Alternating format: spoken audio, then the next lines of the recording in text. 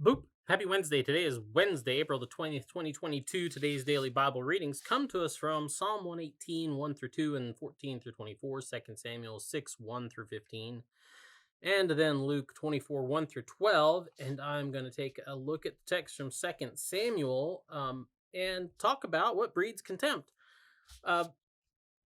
Well, first of all, let's start with the disturbing tale of Uzzah. So this guy, I mean, we don't really know much about him. He was probably a good guy, and all we know that is that he was trying to help, and God got mad at him, and he died. So, I mean, what did he do wrong? Like I said, he was trying to help. He just was reaching out a hand to steady the ark, to save it from falling, to save God, which is an interesting concept in itself. The idea that just trying to save God, but you know, the fact is, it wasn't his job. Literally, it was against the law for him, or anyone outside outside of the priesthood, and even then outside a very small set of the priesthood, to touch the Ark of the Covenant. Literally, it was against the law. It was up to the priests. So perhaps his crime was being too familiar with God. Not like knowing, like he was familiar with God, like he knew God's heart and he knew God's will.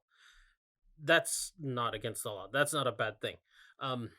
It was more like just acting like this was just another object or another idol to be handled, which was pretty common with the people of Israel.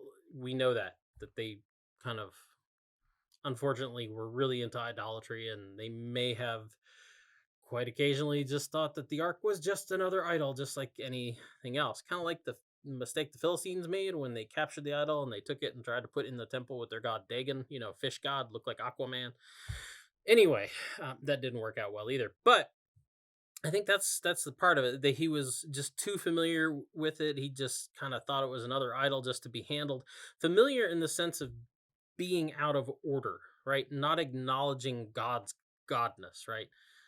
Just not realizing that, he's God, you're not, and you're very, very far apart on this.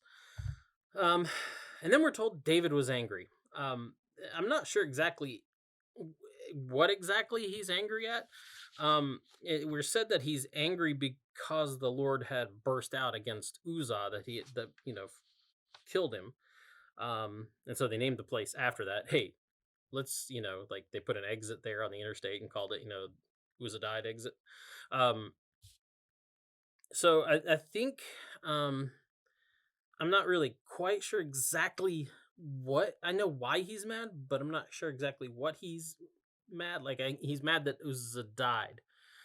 But after all, David knew the rules too, right? I wonder, and this is just me wondering, you can do with this as you please. I wonder if he may have also been mad at himself a bit too. Yeah, he's probably mad at God because he's like, no, the guy was just trying to help. But I wonder if David's mad at himself a bit too. It says that after this incident, David feared God.